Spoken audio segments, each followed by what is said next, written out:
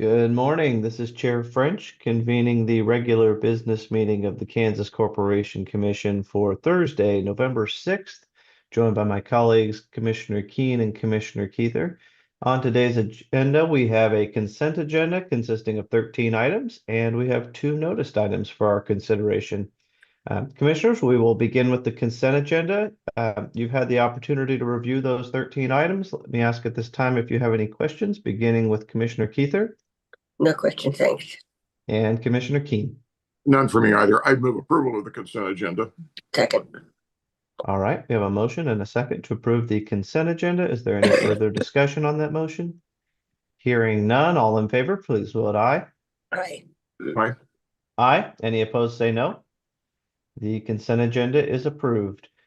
With that, we will move to our first noticed item. This is in docket number 25 CONS 3236 CMSC, and that is a proposed final order in that docket.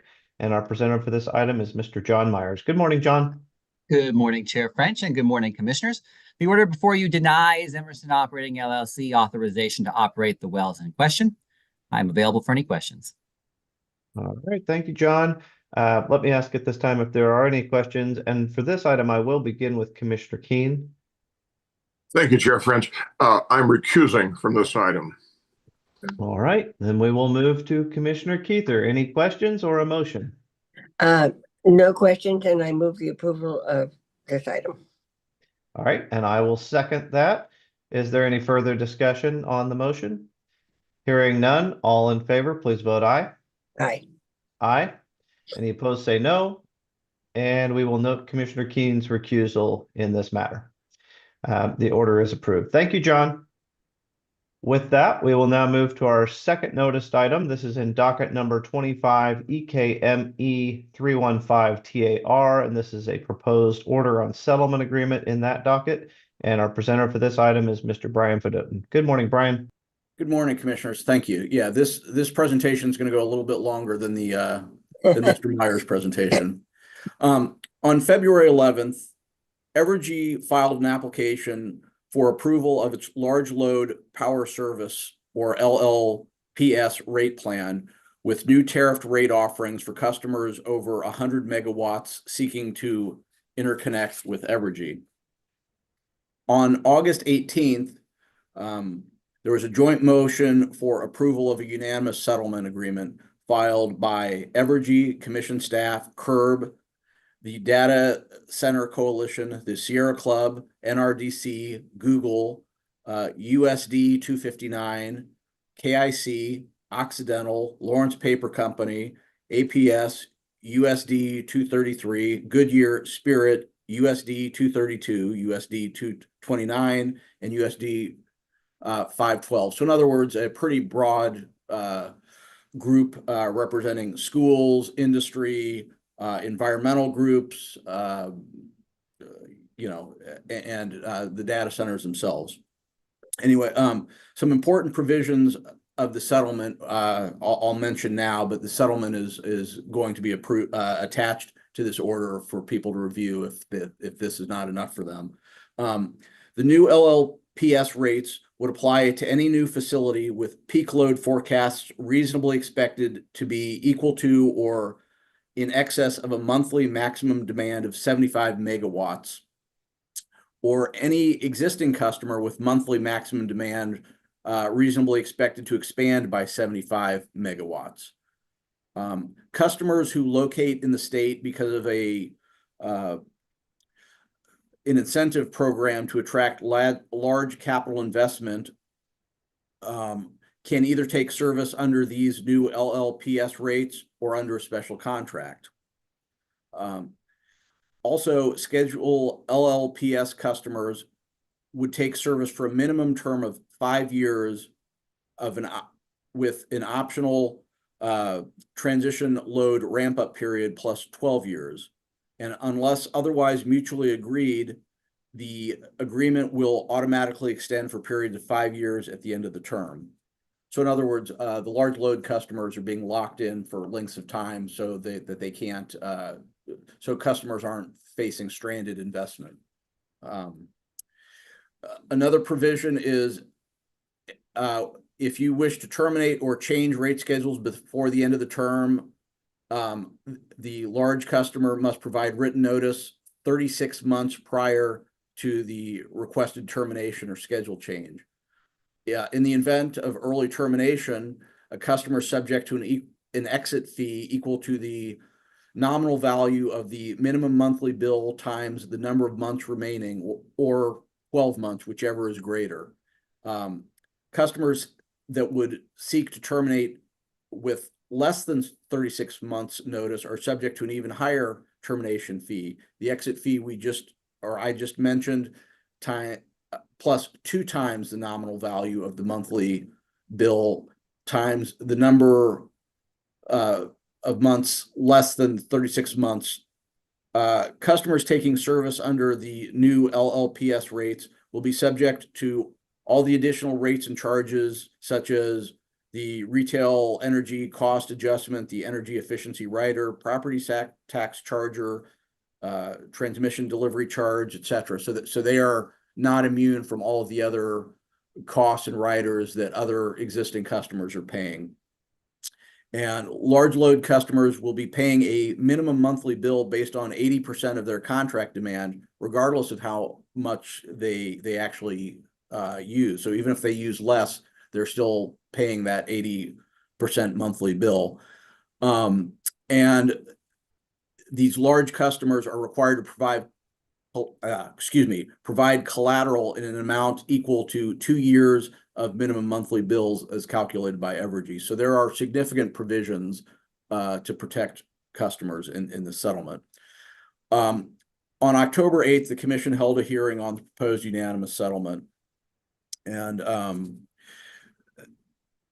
Darren Ives, the Vice President of Regulatory Affairs for Evergy, explains that under the settlement agreement, directly incurred transmission costs to connect these prospective large customers will be directly assigned to and paid for by the specific large customers. He added that any system upgrades needed to bring these large loads online will run through the traditional Southwest Power Pool processes to ensure costs are allocated to customers that actually benefit from these upgrades.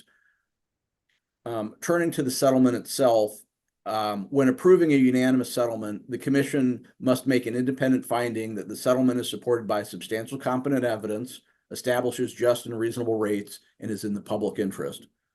The undisputed testimony demonstrates the settlement agreement is supported by substantial competent evidence. The evidentiary record includes the application, direct testimony from 3 witnesses, written testimony in support of the settlement from 7 witnesses representing the wide range of interests that I mentioned at the start of this talk, and live testimony from 6 witnesses that were all subject to commissioner cross-examination.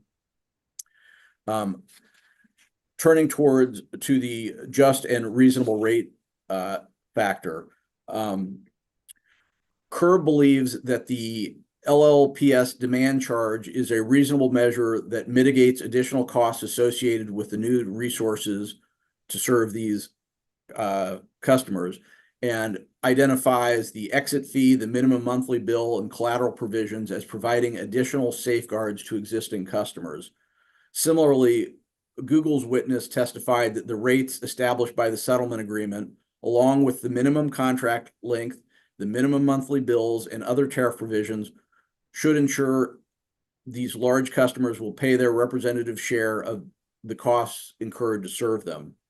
KIC witness agrees that the pricing structure for these large customers will allow Evergy to recover its embedded cost of serving them, plus incremental costs associated with the specific capacity additions, to ensure that these large customers will pay rates that recover more than the embedded costs to serve them.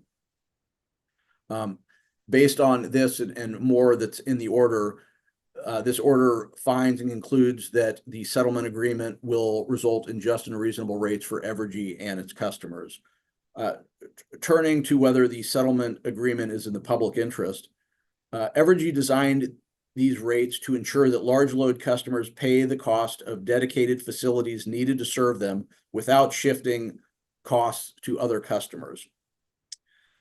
Staff stated that its goal in this docket was to create a large load tariff with significant protections from stranded asset cost risk for existing customers, and at the same time not creating onerous terms of service that would render the tariff ineffective or uncompetitive compared to other tariffs in effect throughout the country.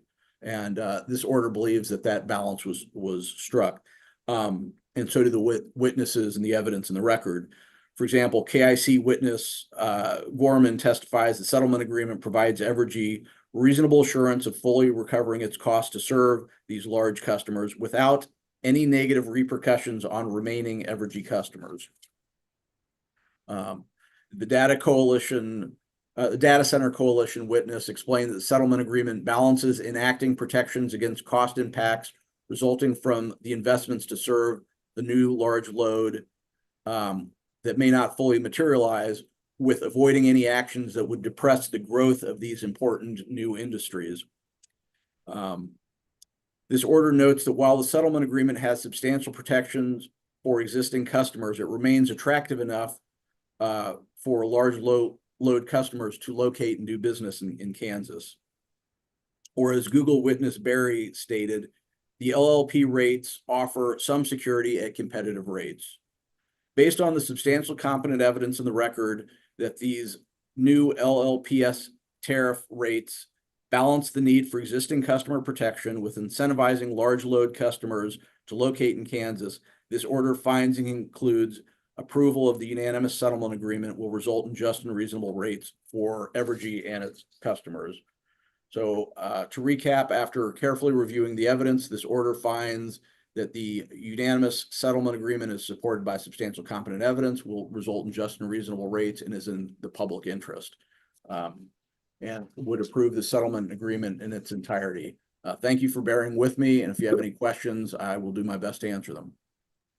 All right, thank you, Brian. We will open for questions, beginning with Commissioner Keither. No question. Brian has given lots of opportunity to get in touch if we need. So Right. yeah, I'm happy. And Keen.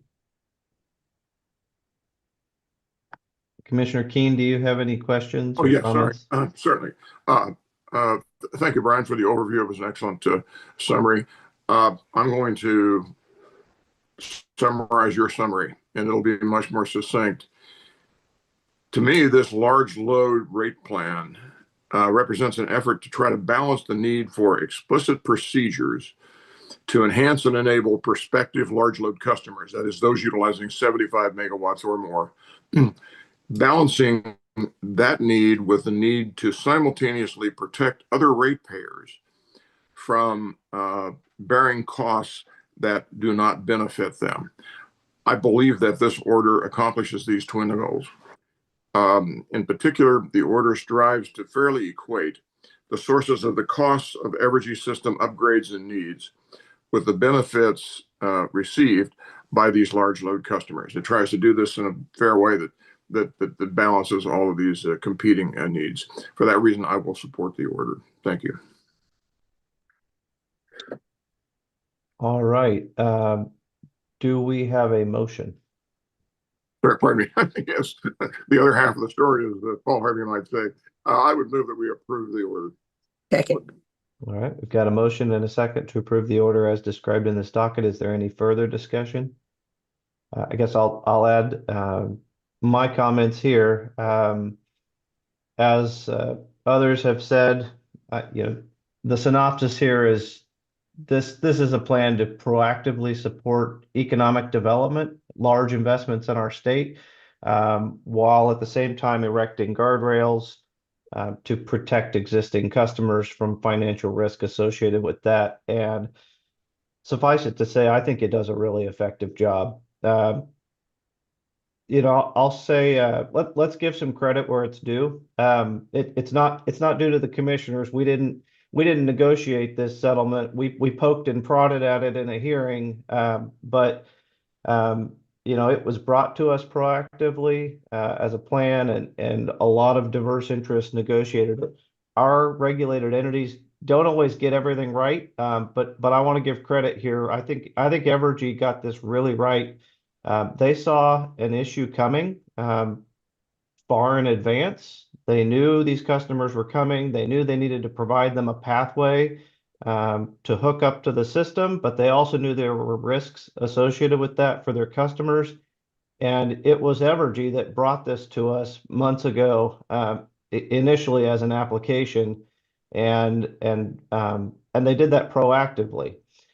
Now, what we're approving today isn't exactly what they brought us, and that's where all the other stakeholders come in. Our staff played a very big role in this. Customer interest played a very big role in this. And other large loads got involved and expressed their interests, and ultimately came to us with an even better plan than what was initially proposed. And so, after our hearing, I was very satisfied that this is a good deal. It protects customers, but also importantly, it provides a pathway for economic development. It provides more certainty to these large load customers that they can, if they are willing to pay their fair share, they can come to Kansas and they've got a pathway to get there. There are also some really interesting components of the settlement that sort of give them flexible options to, if they pay for it, to get the kind of service they want. And I think that is also very commendable. So there's a lot to like in this plan. It's a good deal for consumers, certainly much better than if the alternative of not having the plan. So I am fully in support of the settlement agreement. I'll also note, I think we could have taken our time and gotten this out a few weeks from now, but there was no reason to delay. We knew this was a good deal. We know there's customers probably waiting to use it, and so let's get it out there and start the economic development. So with that, if there are no further comments, I'll call the question. All in favor of the motion, please vote aye. Aye. Aye. Aye. Any opposed, say no. The order is approved. Thank you, Brian. Thank you, commissioners. And with that, we have come to the conclusion of all the items noticed on today's business meeting agenda. If there's nothing further to come before us today, I would entertain a motion to adjourn. I move that we adjourn. Second. Got a motion and a second to adjourn. All in favor, please vote aye. Aye. Aye. We're adjourned. Thank you all. Take care. Aye. Take care.